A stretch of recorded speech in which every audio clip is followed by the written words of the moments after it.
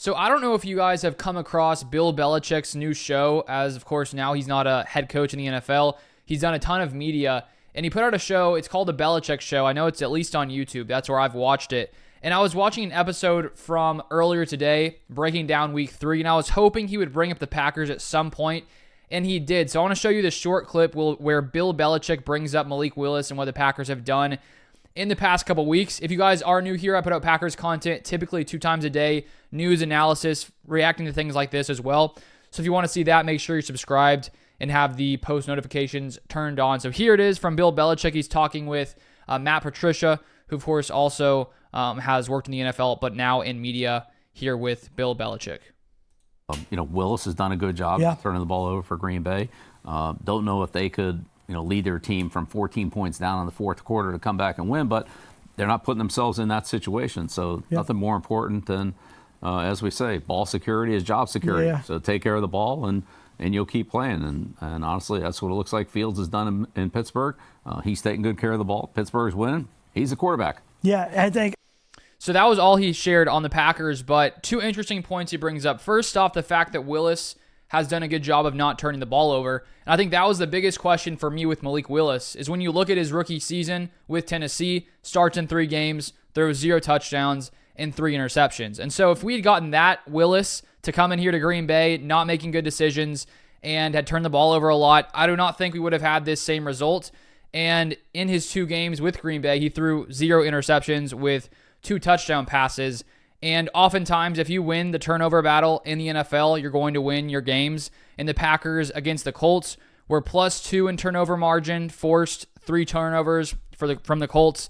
Richardson throwing 3 picks. And then versus the Titans, the Packers were +3 in turnover margin, forcing 2 interceptions and 1 fumble. And so the fact that Malik Willis has played some clean football has been a big factor in the Packers being able to win these games and be pretty dominant in these 2 games against the Colts and the Titans. And honestly, if we look at the end of that Colts game, the Colts were pretty close to coming back. It was a close game there at the end, 16-10. And I think if in that game Malik Willis had even thrown 1 interception, that could have easily gone the Colts' way. But because of how good this defense has been, especially forcing turnovers, being very dominant in that regard the past 2 weeks, that has also helped the Packers a ton. And I was curious, what the percentage is for teams in the NFL when they win the turnover battle. And there are a few different numbers out there, but the one I found was around 70%. So if you win the turnover battle, typically you win around 70% of the time. From some other stats from like 2007-ish to 2016, it was around 78%. And so it's not shocking that, the more possessions you have from turnovers, from forced interceptions, by not turning the ball over yourself and not giving other teams the opportunity to score more often, you're going to win your games. And that's exactly what the Packers needed from Malik Willis, and that's what they got, some clean football in those 2 games with Jordan Love missing time.